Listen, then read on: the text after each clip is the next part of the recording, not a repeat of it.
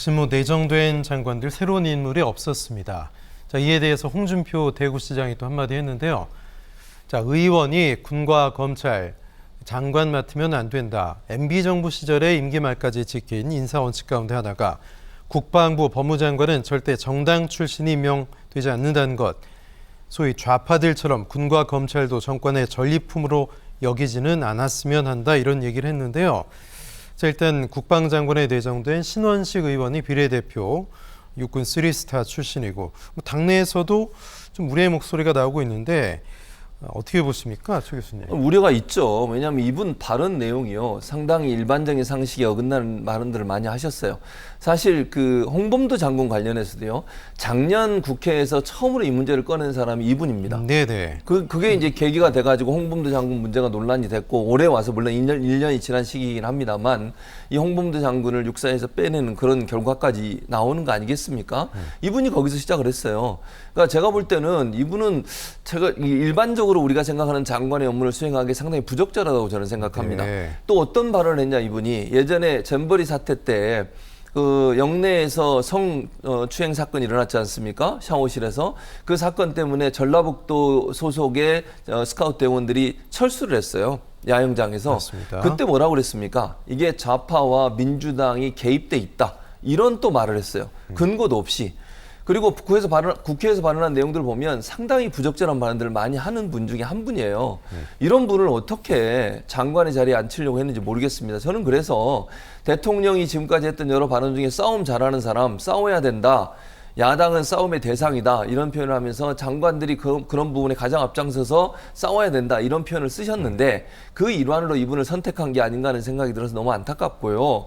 이분 최근에 물론 사실관계는 좀 더 따져봐야 되겠습니다만 군 사망 사건을 본인이 중대장 시절에 무마시킨 거 아니냐 이런 의혹까지 나온 상태예요. 그것도 이제 제가 볼 때 인사청문회 과정에서 분명히 나올 겁니다. 그 문제가. 이런 논란이 되는 인사를 왜 내정을 하는지 저는 지금 시점에서 개각을 한다고 하면요. 국민의 관점에서 받아들이고 정말 박수 칠 수 있는 인사를 내정을 해야 되는 겁니다. 네. 쇄신의 의미도 없고 아주 그 극단적인 어떤 발언이나 내용들을 말하는 사람들을 전면에 내세워서 개각을 한다는 것 자체가 국민적 동의를 얻어내기가 상당히 어려울 것이다 이렇게 생각합니다. 네.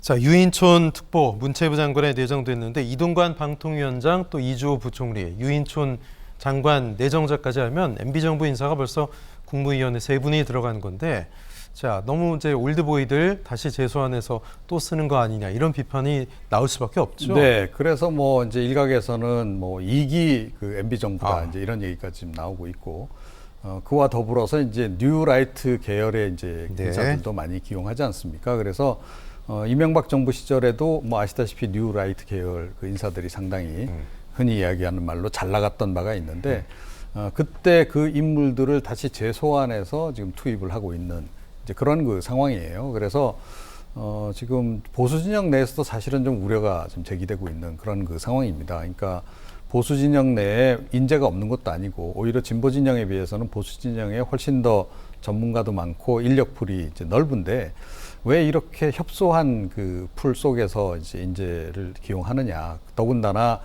이명박 정부라고 한다면 지금으로 시점으로 보더라도 10년이 이전에 이제 그런 그 활동했던 그런 인물들인데 또 성공적으로 존경받는 그런 상태에서 뭔가 정권이 끝난 그런 그렇죠. 정도 아니었잖아요. 그렇기도 하고 또 그 당시에 네. 성과를 냈다라든가 예. 이제 이런 게 있어서 국민들께서 굉장히 존경을 하고 네. 예를 들어 실력을 인정하고 그렇죠. 이런 인물들을 재기용하는 거라면 그건 또 이해가 돼요. 그런데 그런 것도 아니다라는 거죠. 그 당시에도 논란이 꽤 있었던 예. 또 이 적격성 여부에 대해서 논란이 있었던 그런 인물들을 다시 재기용해서 지금 쓰는 그런 그 상황이어서 윤석열 대통령은 과거 대통령하고 좀 다를 거다라고 기대했던 그런 보수 진영의 지지층들도 최근에는 조금 실망감을 많이 표하고 있는 그런 상황입니다. 네. 게다가 이제 여가부 폐지까지 공언했던 여성가족부의 김행 전 국민의힘 비대위원, 박근혜 정부 때 대변인 했던 분인데, 자, 이분은 어떻게 봐야 될까요? 글쎄, 이제 이분도 이제 어떻게 보면 이제 조금 이제 과거에 활동했던 인물을 이제 재활용하는 그렇죠. 이제 그런 그 의미가 있는데, 이번에 이제 그 인선한 이 3분 가지고 전체를 다 이제 우리가 얘기할 수는 없겠어요. 향후에 이제 개각이 어떻게 진행될지는 봐야 되는데 한 바로미터는 될 수 있다라고 저는 봐요. 이제 그런데 가장 눈에 띄는 것은 역시 이념적인 성향을 많이 고려한 거 아닌가 싶습니다. 그래서 최근에 윤석열 대통령이 이제 뉴 라이트 세계관으로 완전히 이제 뭐 무장한 거 아니냐 이제 그런 지적이 나오고 있는데 네. 이 그 분들 같은 경우에도 그러니까 상당히 성향 자체가 이제 그런 성향으로 이미 알려졌었고 이분도 이제 비대위원 하실 때 방송 같은 데 나와서 발언 수위를 이렇게 올렸던 그렇죠. 분이에요. 그리고 네. 이제 뭐 윤석열 대통령을 굉장히 이제 변호하고 옹호하고, 네.